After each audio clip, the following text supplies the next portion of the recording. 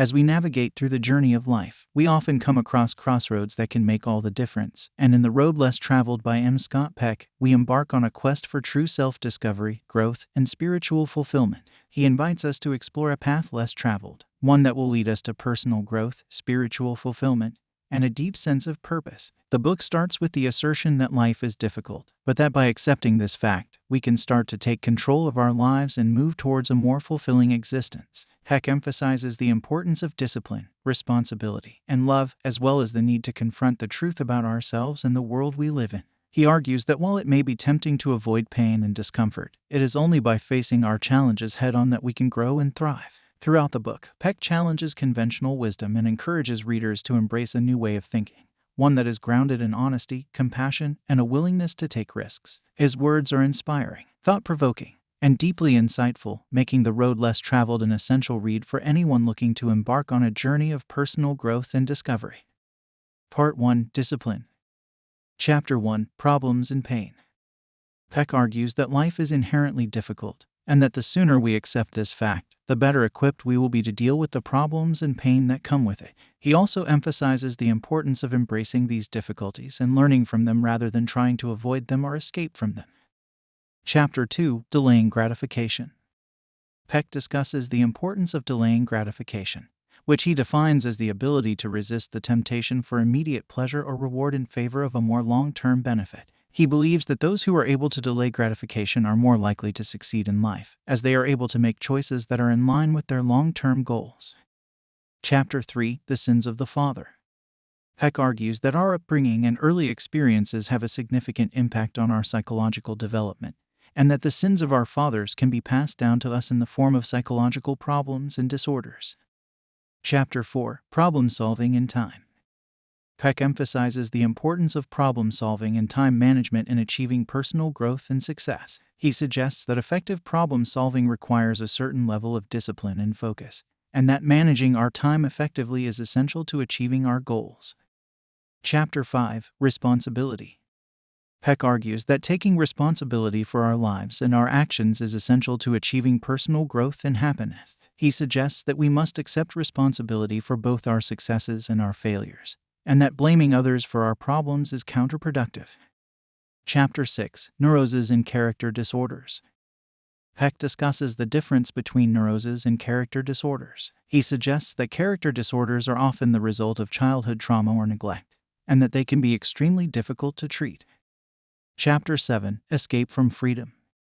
Peck suggests that many people are afraid of the freedom that comes with personal responsibility, and that they may seek to escape from this freedom through various means such as addiction or codependency. He argues that true personal growth requires a willingness to face this fear and embrace our freedom. Chapter 8. Dedication to reality. Peck emphasizes the importance of being dedicated to reality, which he defines as the ability to see things as they truly are, rather than as we wish them to be. He suggests that we must be willing to confront uncomfortable truths and deal with the reality of our situations in order to achieve personal growth. Chapter 9. Transference, the outdated map. Peck discusses the concept of transference, which refers to the tendency to transfer emotions or feelings from one person or situation to another. He suggests that transference can be a major obstacle to personal growth, as it can lead us to repeat patterns from our past and prevent us from seeing situations clearly. Peck argues that we must recognize when we are experiencing transference and work to update our internal maps of reality to better reflect the truth of our current situation. Chapter 10. Openness to challenge. Peck emphasizes the importance of being open to challenge and criticism in order to achieve personal growth. He suggests that we must be willing to listen to others and consider their perspectives, even when it is uncomfortable or goes against our own beliefs. Peck believes that being open to challenge is essential to achieving true understanding and wisdom. Chapter 11. Withholding truth. Peck discusses the importance of honesty and truthfulness in relationships. He suggests that withholding the truth can be damaging to both ourselves and others, and that it is important to communicate honestly and directly, even when it is difficult. Chapter 12. Balancing. Peck emphasizes the importance of balance in life, suggesting that it is necessary to find a balance between work and play, rest and activity, and other aspects of life in order to achieve a sense of harmony and fulfillment. Chapter 13. The healthiness of depression.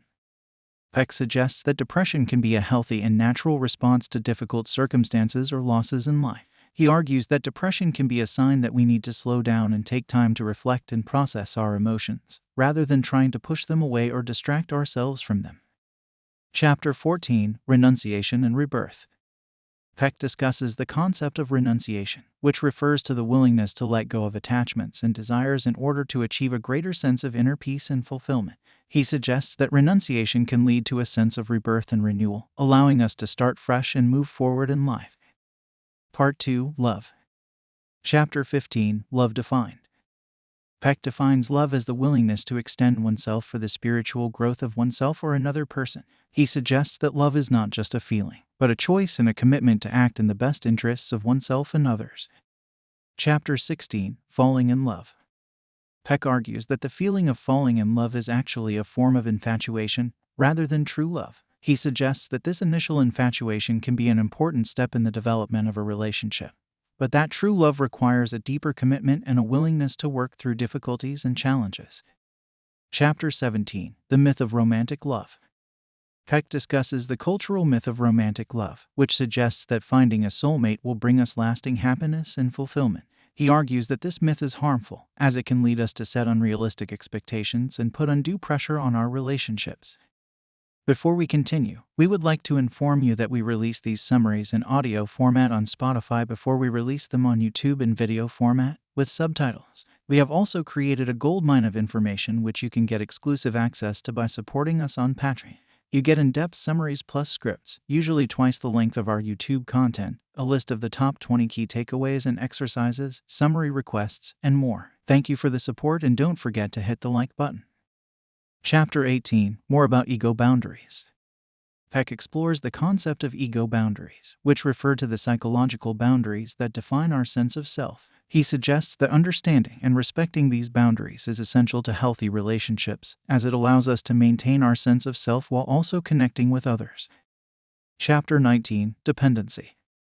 Peck discusses the dangers of dependency in relationships, suggesting that relying too heavily on others can be damaging to our sense of self and prevent us from achieving personal growth and fulfillment. He argues that it is important to strike a balance between independence and interdependence in our relationships. Chapter 20: Cathexis without love. Peck explores the concept of cathexis, which refers to the psychological energy that we invest in people or things. He suggests that investing our energy in someone or something without love can be harmful, and that it is important to be mindful of where we direct our energy and why. Peck argues that true love requires a willingness to invest our energy in others in a healthy and balanced way. Chapter 21: Self-sacrifice. Peck challenges the idea of self-sacrifice in relationships, suggesting that it can be harmful to both parties. He argues that true love involves a willingness to compromise and work together, rather than sacrificing one's own needs and desires for the sake of the other person. Chapter 22: Love is not a feeling. Peck emphasizes that love is not just a feeling, but a choice and a commitment to act in the best interests of oneself and others. He suggests that true love requires effort and work, and that it is not always easy or comfortable. Chapter 23: The Work of Attention. Peck explores the concept of attention, which he defines as the ability to focus on something and give it our full presence and energy. He suggests that attention is essential to healthy relationships, as it allows us to truly connect with others and understand their needs and desires. Chapter 24: The Risk of Loss. Peck argues that true love involves a willingness to take risks, including the risk of losing the other person. He suggests that accepting this risk can be difficult, but that it is necessary in order to experience the true depth and meaning of love. Chapter 25: The Risk of Independence. Peck discusses the importance of independence in relationships, suggesting that it is necessary to maintain our sense of self and avoid becoming overly dependent on others. He argues that true love involves a balance between independence and interdependence, allowing us to maintain our individuality while also connecting deeply with others. Chapter 26: The Risk of Commitment. Peck explores the concept of commitment, which he suggests is essential to healthy relationships. He argues that true commitment involves a willingness to work through difficulties and challenges, and to make sacrifices for the sake of the other person. Chapter 27: The Risk of Confrontation. Peck discusses the importance of confrontation in relationships, suggesting that it is necessary to address issues and conflicts in order to maintain healthy connections with others. He argues that confrontation can be difficult, but that avoiding it can lead to deeper problems and resentments. Chapter 28. Love is Disciplined. Peck emphasizes the importance of discipline in relationships, suggesting that true love involves a commitment to acting in a disciplined and responsible way. He argues that discipline is essential to maintaining healthy boundaries and avoiding harmful patterns of behavior. Chapter 29. Love is Separateness. Peck suggests that separateness is an important aspect of healthy relationships, allowing us to maintain our individuality and pursue our own goals and desires. He argues that true love involves a balance between separateness and connection, allowing us to support each other while also respecting our individual needs and boundaries. Chapter 30. Love and Psychotherapy. Peck discusses the role of psychotherapy in helping individuals develop healthier patterns of behavior and more fulfilling relationships. He suggests that therapy can help us understand and address the underlying emotional issues that may be preventing us from experiencing true love and connection. Peck emphasizes the importance of finding a therapist who is skilled, experienced, and compatible with our individual needs and personalities. Chapter 31. The Mystery of Love. Peck explores the mystery of love, suggesting that it is a complex and multifaceted emotion that cannot be fully understood or defined. He argues that true love involves a deep connection and sense of oneness with the other person, as well as a sense of transcendence and connection to something greater than oneself. Part 3. Growth in Religion. Chapter 32. Worldviews and Religion.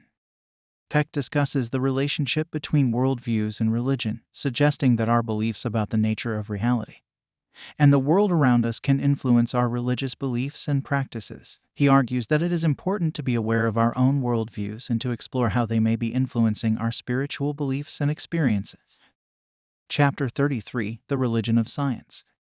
Peck explores the concept of the religion of science, suggesting that the scientific worldview can sometimes function as a substitute for religious belief. He argues that while science can offer valuable insights and perspectives, it cannot fully address the spiritual needs and experiences of human beings. Chapter 34. The Case of Kathy. Peck shares the story of Kathy, a patient who struggles with severe anxiety and depression. He explores how her experiences and beliefs about herself and the world around her are affecting her mental health, and how therapy can help her develop healthier patterns of thinking and behavior.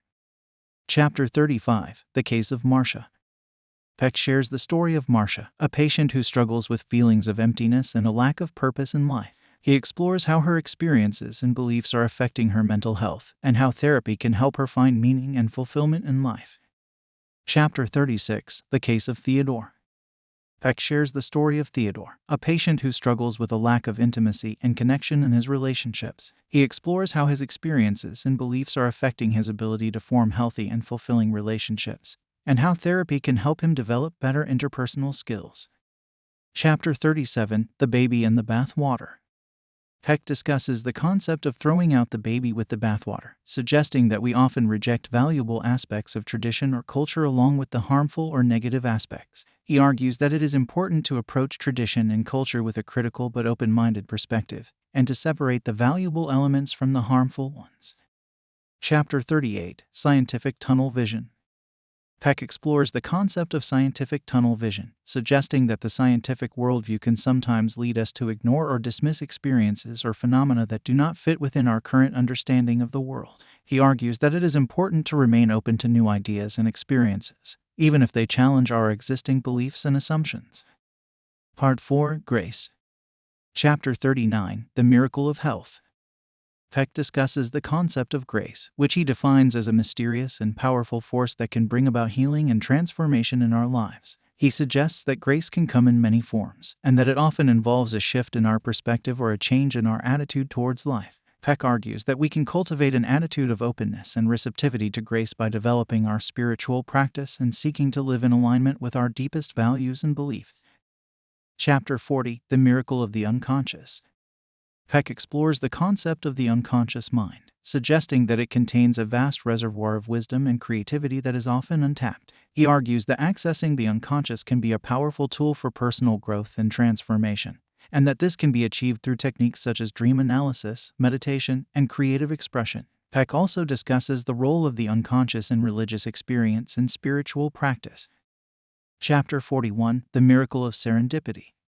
Peck explores the concept of serendipity, suggesting that there are often hidden forces at work in our lives that can bring about unexpected and fortunate outcomes. He argues that remaining open to the possibility of serendipity can help us cultivate a sense of curiosity, wonder, and gratitude in our lives.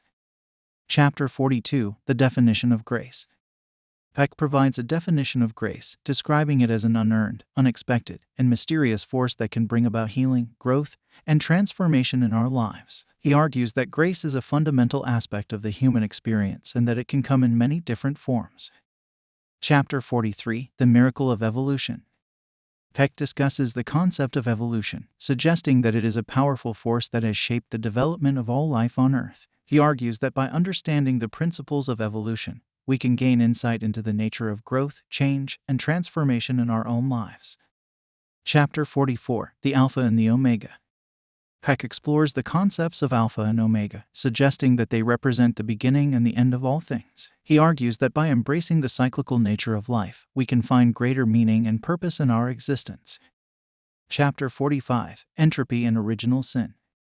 Peck discusses the concepts of entropy and original sin, suggesting that they represent the inherent disorder and imperfection of the world. He argues that by embracing these concepts, we can find greater compassion and understanding for ourselves and others. Chapter 46: The Problem of Evil. Peck explores the problem of evil, suggesting that it is a fundamental challenge for all human beings. He argues that by acknowledging and confronting the reality of evil, we can develop greater compassion, empathy, and resilience in the face of adversity. Chapter 47: The Evolution of Consciousness.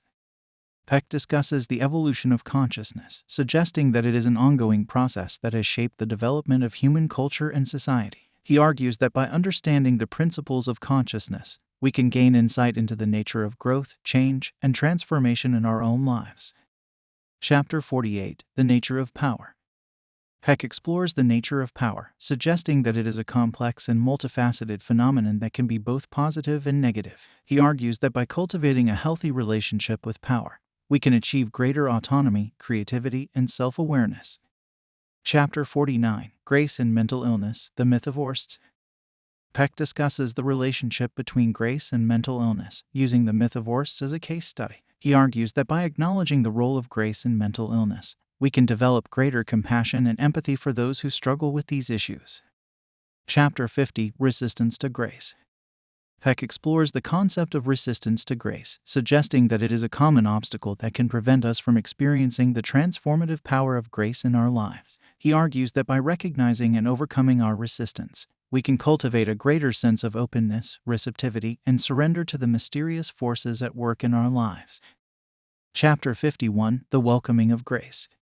In the final chapter of the book, Peck reflects on the importance of welcoming grace into our lives. He explains that grace is a powerful force that can help us grow and transform in ways we could never imagine. However, in order to receive this gift, we must first be open and receptive to it. Peck suggests that this requires a deep sense of humility and surrender, as well as a willingness to let go of our ego-driven desires and attachments. By cultivating an attitude of openness and receptivity, we can create the conditions that allow grace to enter our lives and guide us on our journey towards greater wisdom, compassion, and love.